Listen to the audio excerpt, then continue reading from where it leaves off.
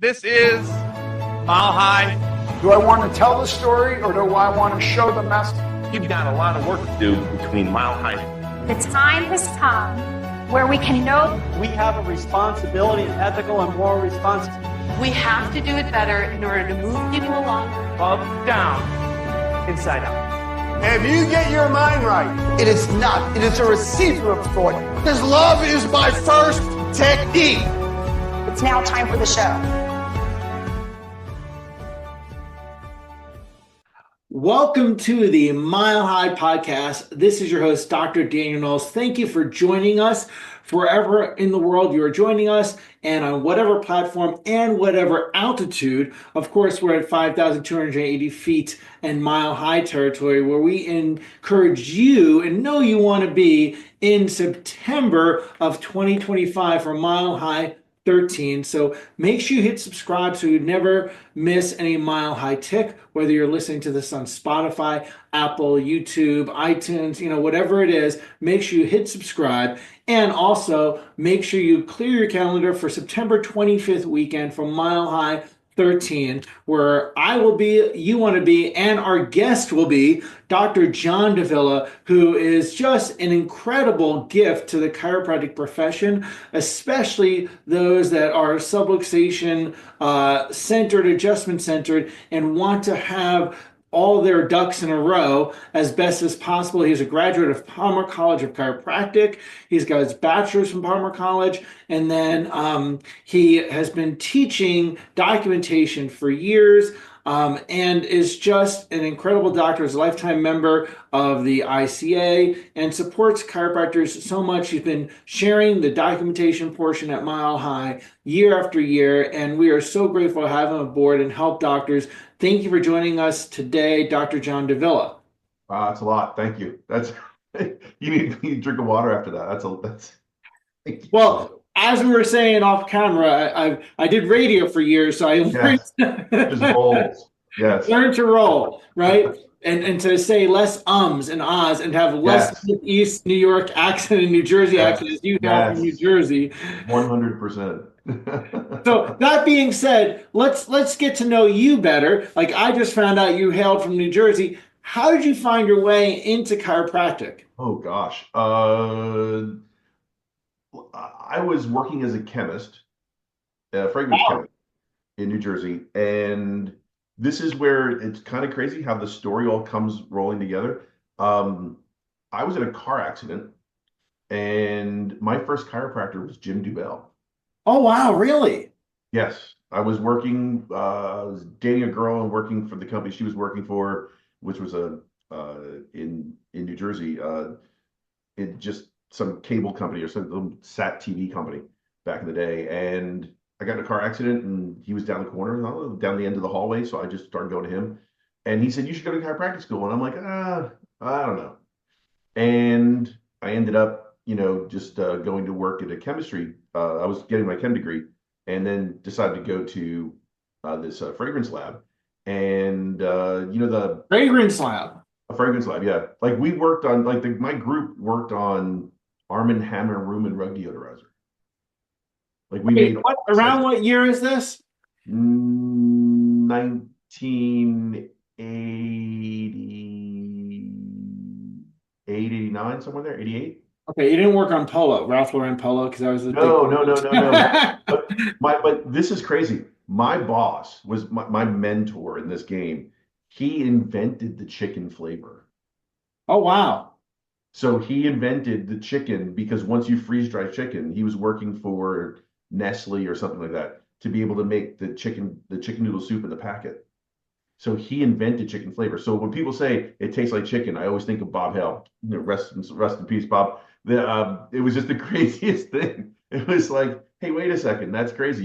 He's like, oh yeah. So when people say it tastes like chicken, no, I said it tastes like chicken, and it was the funniest thing ever because he did. But it's funny.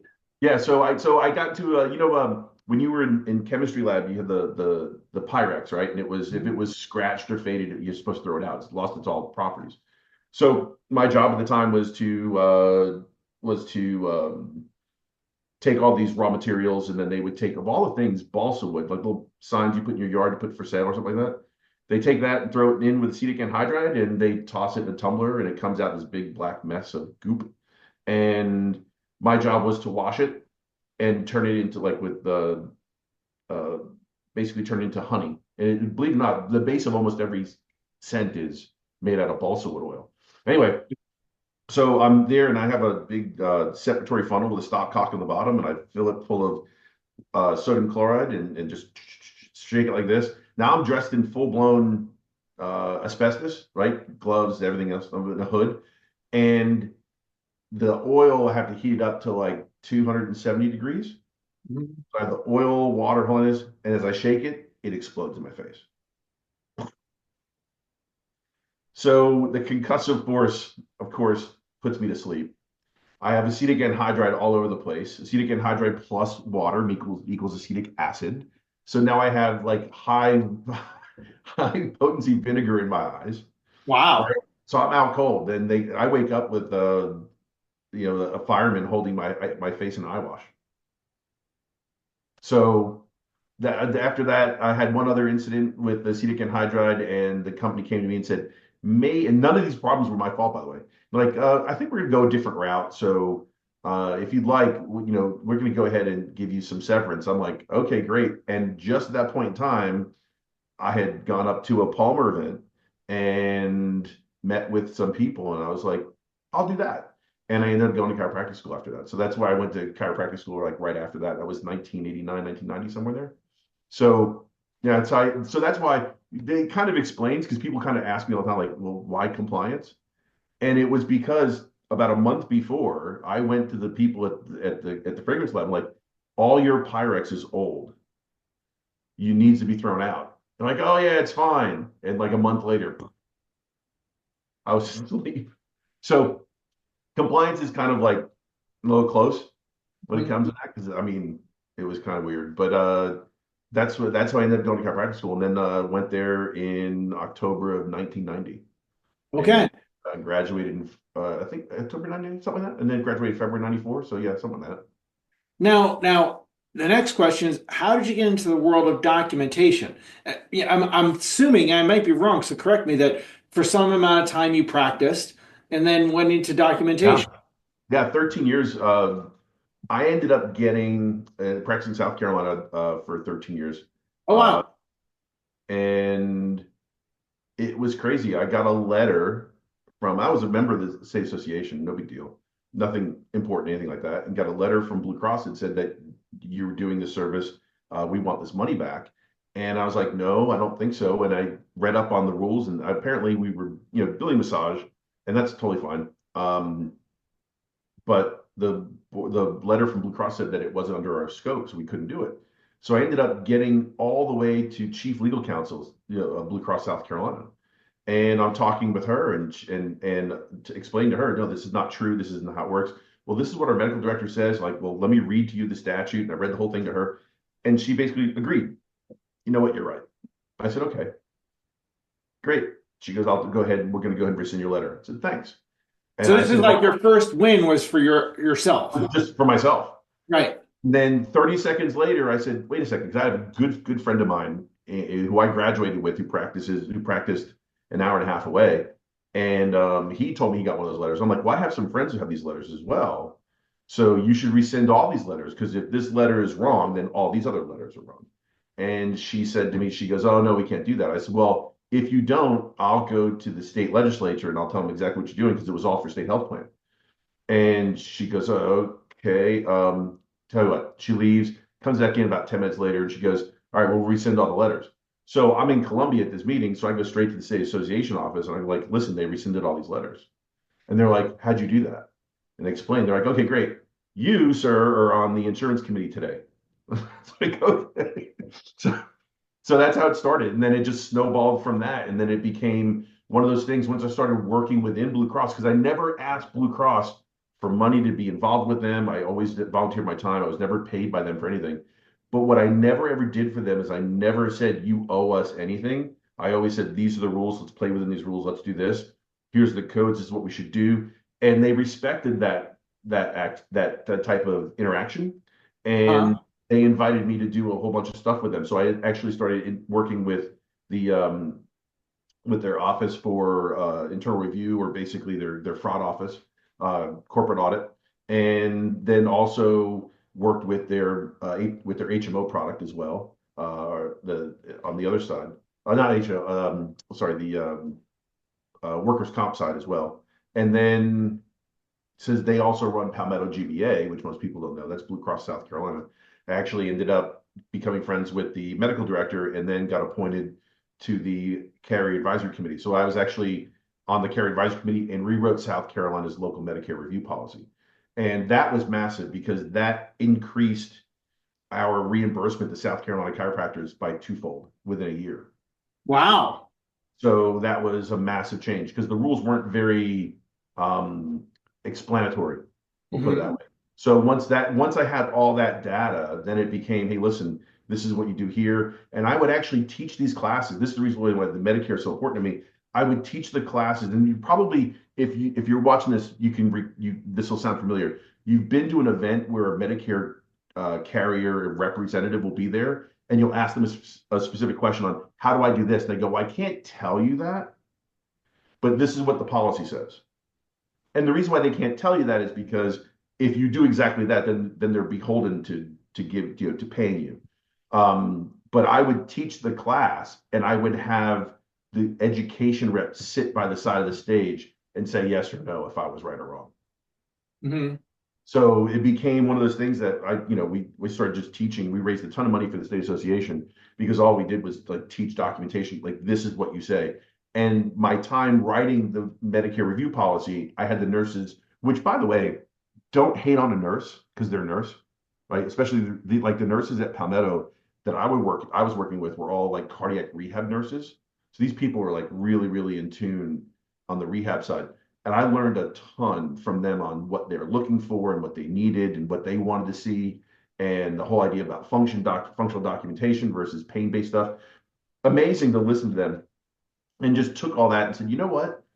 What if we took that data and then just switched it over from just being on paper to being part of a workflow in your EHR system? What if all that stuff was in your EHR system? So when you hit a button, it said exactly what Medicare wanted to say. And Right. That was the beginning of the switch over the course of the next 8-9 years from practice, and then being done actually a little bit longer, 15 years. So practice lasted 2000, and then became president, all that stuff, and then got out of practice 13, then started getting into this, and by 2015 creating on my own, or 2013. So 2007, yeah, about 8-9 years. Okay. And then fully got into this totally. But 14 years of practice, yeah. Okay. Well, excellent. Excellent. And, here's the thing people ask, they want to have a subluxation adjustment focused practice. Yeah. And they want, especially the mile high audience, is how do they document that in such a way that they can sleep at night? Right. So here's the funny part. I don't understand how you practice without the subluxation, right? Because if you don't, then how do you deal with anything that Medicare requires? Because Medicare requires you to actually, when they say neuromusculoskeletal condition, they're talking about the subluxation.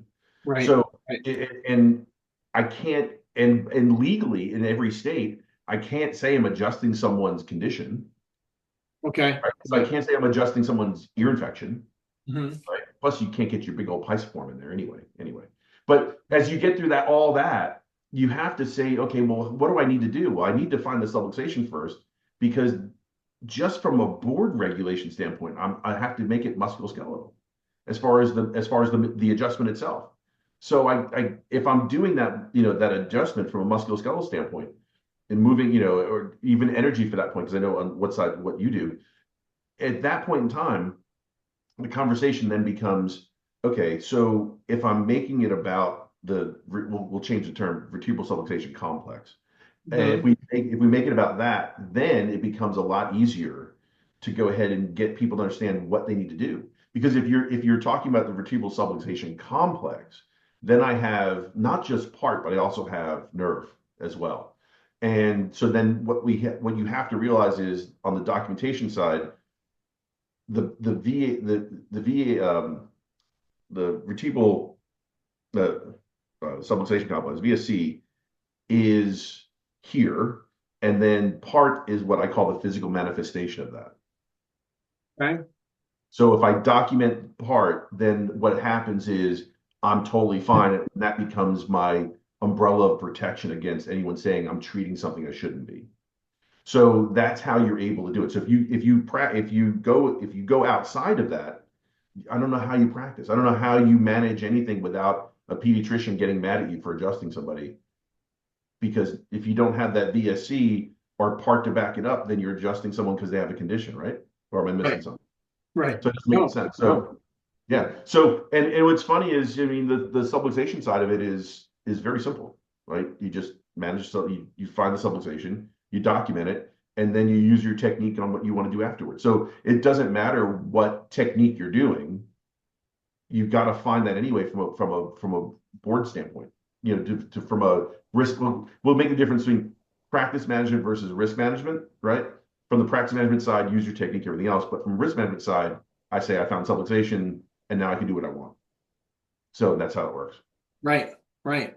And this is an area that people that utilize insurance in their practices struggle with frequently, and they don't document. Like, what are the most common mistakes that you see that you're like, oh, like that make you not sleep at night? Right. So there are two common mistakes. The first one is, and I'm going to change what you said a little bit. The first one is thinking that this is an insurance conversation.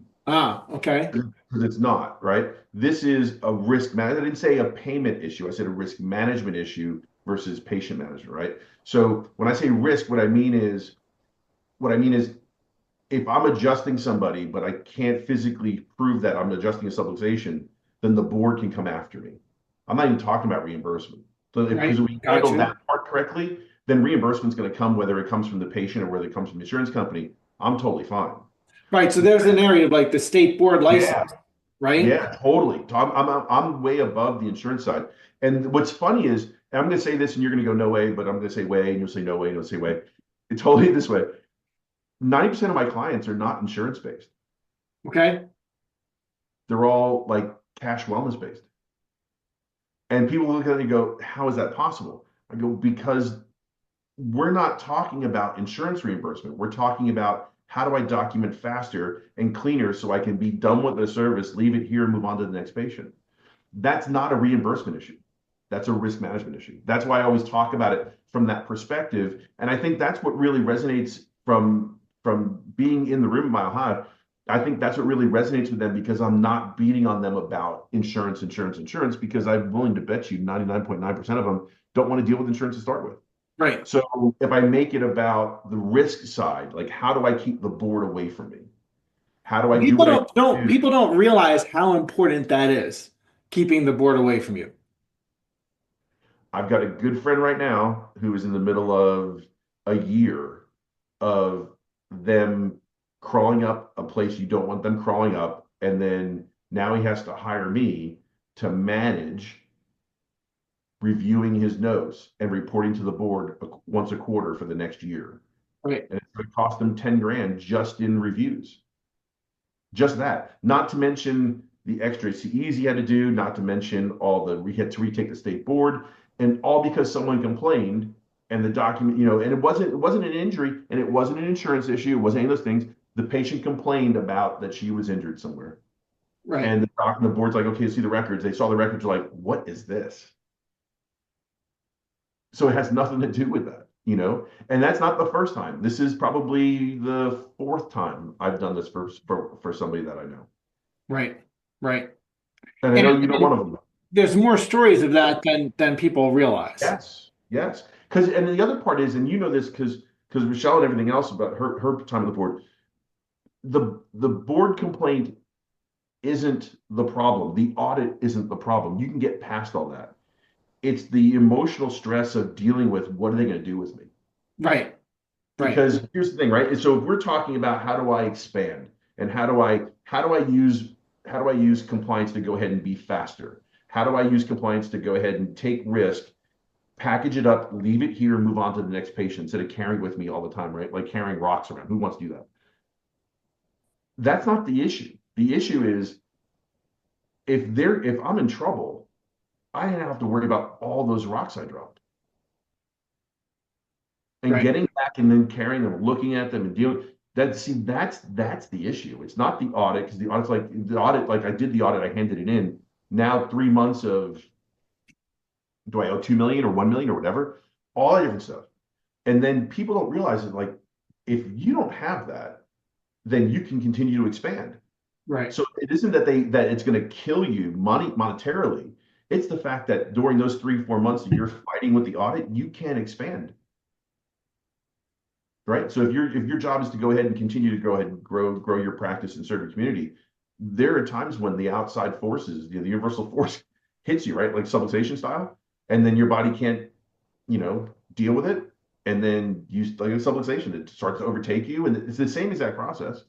So in this game, this is the way you keep your practice subluxation free, is always thinking about not an insurance way, but from a risk management style. How do I manage all this stuff without it being a problem? And I think, and once again, just to cap that, I honestly believe that's what keeps the interest in the Mile High group as well. So if you're coming, I'd love to see you talk, and it'd be for almost every state that Sherman's doing it in, right? That gives you the CE.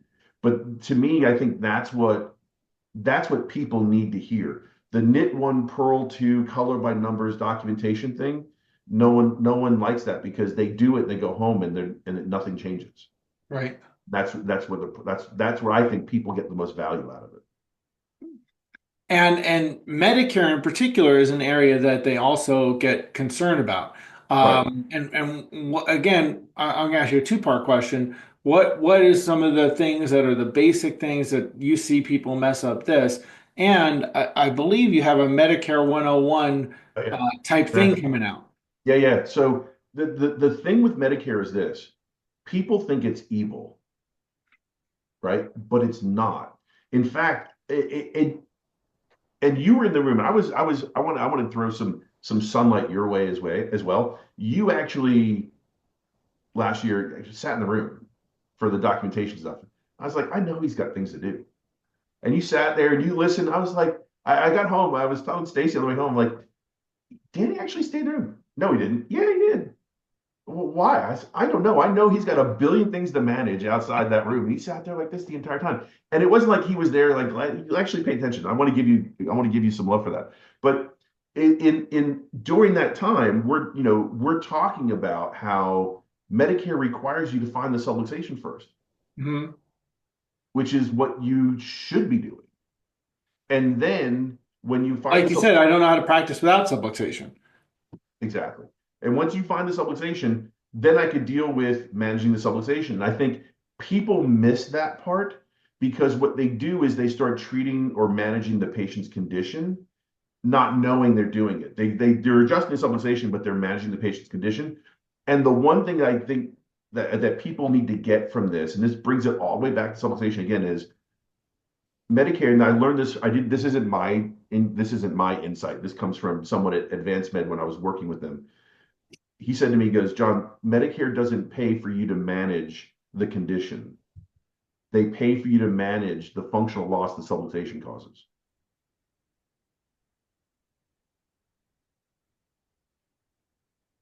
So that's exactly where we want to be anyway, isn't it? We don't want to adjust someone because they have arthritis. We want to adjust someone because the subluxation makes the arthritis worse. We want to adjust someone because the removal of that subluxation is going to make them better. You know what I mean? Like the 24th chiropractic principle, limitation of matter. That patient is never going to get to 100%. They need lifetime care. So now our job is to go ahead and manage the subluxation, and then report how the body is reacting after we adjust it, because they do have a condition. Right. I don't want to get into the middle of adjusting someone because they have arthritis. And I think that's the big mistake. So that thought process of saying, okay, well, I'm not managing the condition anymore. I'm taking the subluxation route and then dealing with it that way. I mean, it makes you closer to, I mean, that's the whole thing about Medicare. It takes you closer back to subluxation-based chiropractic than most people think. Like, oh, Medicare's evil. No, it's just asking you to do what you do. Right. Yeah, Right. just write it down. And I love that part of it as well. I love being able to say to somebody, and from a teacher standpoint, I don't want to teach you anything about patient management. Mm-hmm. I want you to realize that what you're doing works because your patients are already getting that outcome, right? Mm-hmm. So if I change your treatment protocol, you're not, if I say you have to change it, you're not going to do it because your patients already get better. You already have a history of that. The question becomes, okay, John, then what do I need to change? It's just writing it down. Right. So people go through this, and I love when they tell me at the end, I didn't realize where to put all this stuff. And I think that's when I get the biggest, like, biggest charge is when someone says, I didn't know I had put that there. Okay, great. I didn't know what I did with this. And that to me makes the biggest thing. So, and what's funny is, and you said, yeah, the Medicare 101, the funniest thing about that is for all the time that I teach, I never have Medicare within, as far as policy, within a class, even like the 4 hours that we're doing with you. And then it ends up, because it's just this unknown, that an hour and a half of it is Medicare. Right. And it's not that I have it in there. It's the questions like, well, what do we do with this? And what do we do with this? What do we do this? So I was coming back from an event in Connecticut a couple of weeks later after yours, and someone said to me, goes, can you just put together something for Medicare? And I'm like, why didn't I think of that before? People say things like that to me. It's like, can you do that? I'm like, oh yeah, that's simple. Yeah. Let me extract myself from my own life and then look at what's going on. It'll make total sense. But no, we did that, and then all of a sudden, I've been in the studio for the last 3-4 weeks. I just got adjusted today, and my chiropractor said, "Where have you been?" And I'm like, "I've been in the studio for the last 3 weeks recording." So we're gonna put that out there. So if you want, it's called Medicare 101. If you want, you go to our website, customchirosolutions.com, and just go into contact us and say you want more information. We're about to put that together and put it out by the beginning of the year. It's going to be high quality, cool graphics, professional edits, real green screen, real lighting, professional lighting. It isn't like horrible stuff. It's supposed to be, I would put it this way, it's on par with the graphics and editing that you have taught me that is necessary to go ahead and grow a business.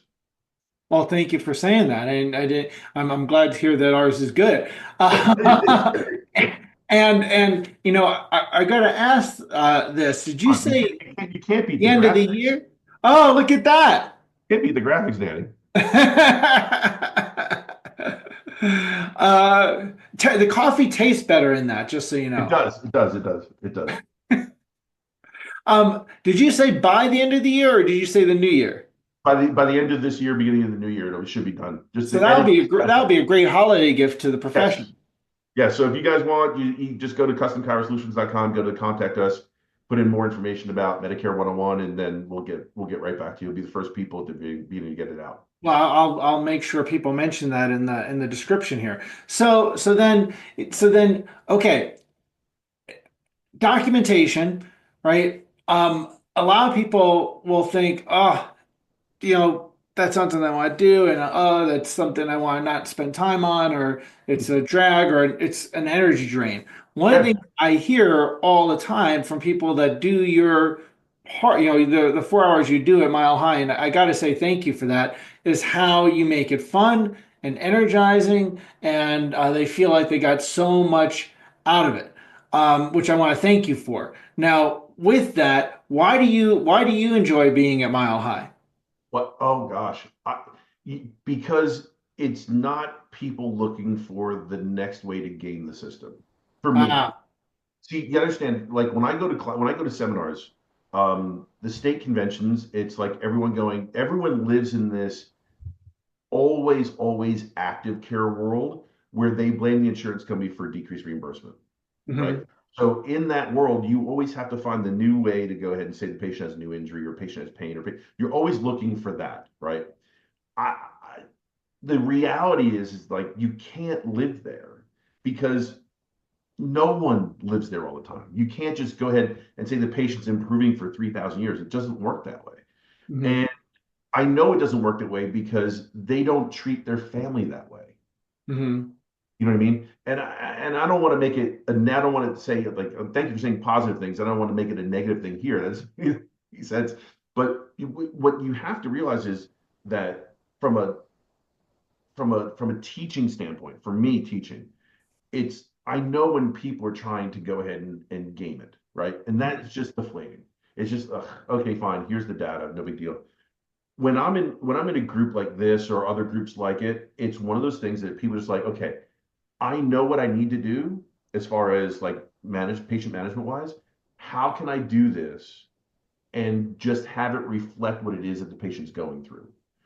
And then to me, then it becomes, okay, great. So you're taking a patient. We all agree that the patient is going to get better, right? At the very beginning. Yes. Okay, great. And then they're going to get to a point where they maintain. Yes. Okay, great. And then they're going to have a new injury at some point in time. Yes, everyone agrees to that because that's what happens, right? That's how everyone happens. That's what the phases everyone goes through. As we do that, it ends up one of the situations where people just look at it and go, okay, great. How do I document that? And then it becomes a conversation of here's how you document it. If you document it, here's how people win.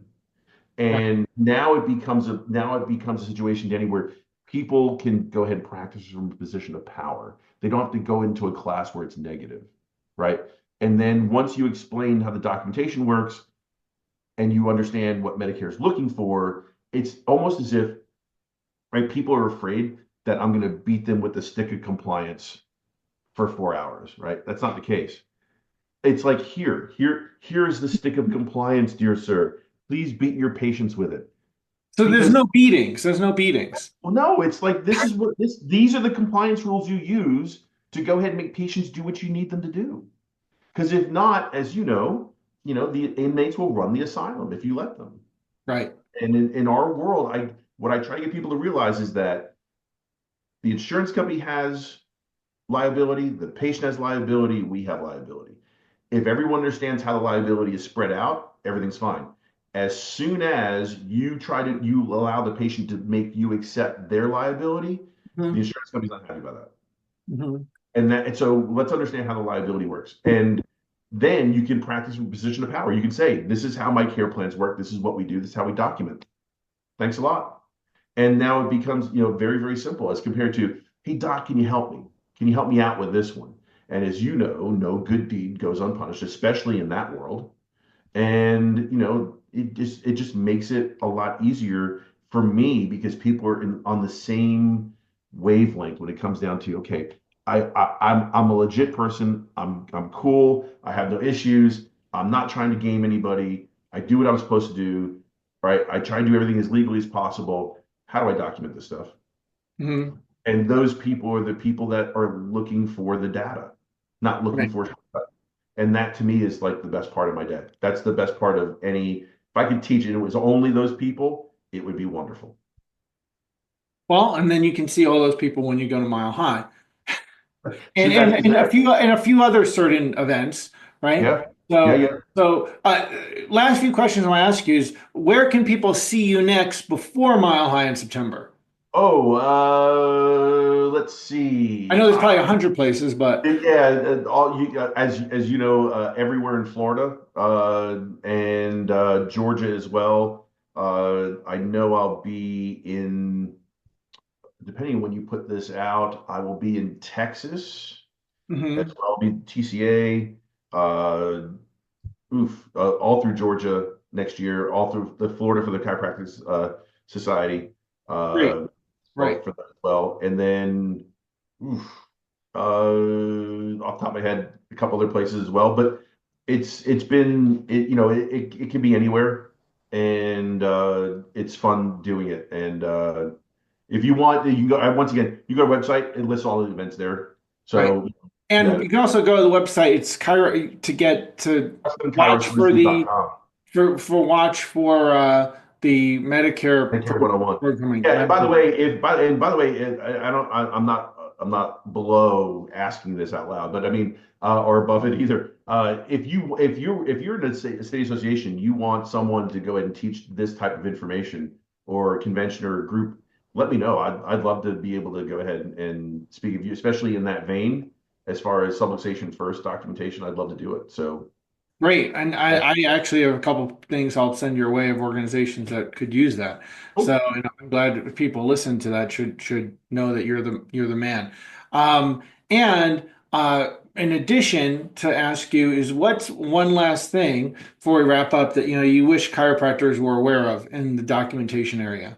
ooh, one thing would be that the documentation that you should be doing, it should be functional and not pain-based. I think I mean, it's funny, like we'll take the last Mile High event and I'll ask people, I said, who here talks about pain with their patient? No one does. And then like, who talks about function with their patient? Everyone raises their hand. Then I go, okay, well, how come when you open up your EHR system, the first question to ask the patient is, please rate your pain today. Mm. Right? So where's the dichotomy there? Like you can't say, oh, I don't understand why a patient wants to leave after day 3. Am I done yet? Yet you tried to explain subluxation to them. Well, you did, but your system also asked them to rate their pain, and when they hit 0, they thought they were done. So that's one of the things. So that's the reason why we've customized EHR systems like ChiroTouch, for example, to put the function-based questions in there. Or what we're doing right now, and through I know a lot of people have Jane because it's really inexpensive. We're about to release a Chrome extension to make Jane be function-based. So you'll be able to ask function-based questions at the beginning and track it, and then we put an AI audit tracker on top of it to tell you where you're going with certain levels of care, whether or not, and once again, this isn't for, when I say audit tracker, it isn't necessarily to say that insurance, because insurance or not, it's also to stop anyone asking for documentation and things like that. So it helps you to understand how to be able to manage patients better between active care and wellness care. So we have all the history that we've had of the last 20 years of doing what we do. We've taken all that data and created our own AI tracker. And as you go through the patient visits within Jane, it'll actually give you a graph of where you are on a possible audit tracker. So that's our next thing as well. If you want, go ahead and put that in there. If you have Jane, you want to see a demo of that, just let us know once again on our website. But we have to me, that's the biggest thing. It's getting out of the pain-based and into the function-based, which once again is who the people are that go to Mile High. Right. Like no one. I remember like when I sat. You couldn't go this year. I had a family in town, but last year I sat through all of it. Took the CE, sat through all of it. Not one person saying, "Let's manage the patient's pain from staying." I'm like, woohoo! That's what I. And what's funny is the first time people were in the room with us, the first time for 4 hours, ago, and I didn't think this was going to be like that. I'm like, well, you crazy? Why would Danny bring someone that wasn't going to mimic what is on stage? Right. So it's the same exact thing. So right. Well, I'm grateful. It's holiday season. I'm grateful for the gifts. You being a gift to the chiropractic profession, for sure, and a gift to Mile High. And thank you for all that you give and serve and help people. And in this unique area that often people could be directed to things that may be I don't want to be involved. Antithesis of what their values are. Yes, exactly. Yeah. So I appreciate. And by the way, just to shout out, because I know Joe Arve is going to watch this. If I can make him say amen during my events, I'm in good shape. Well, I'm going to be messing with you a little bit from now, so I'll tell him that. So watch this. Don't tell him. Just to make sure he watches it. All right, there we go. So, I'll tell him he has to watch it all the way through. So, well, again, thank you truly from the heart of what you do for chiropractic, and thank you everybody for watching, listening, attending, and most certainly clear your calendar. And anytime you could be at an event that Dr. John Davila is at, you want to be there. You'll gain so much. So thank you for just again giving so much to chiropractic, Dr. John. Thank you, sir. The kind words. Thank you so much. Keep changing spines, lives, and minds with chiropractic. See you in September on Higher Ground, riseuptomilehigh.com, September 25th weekend.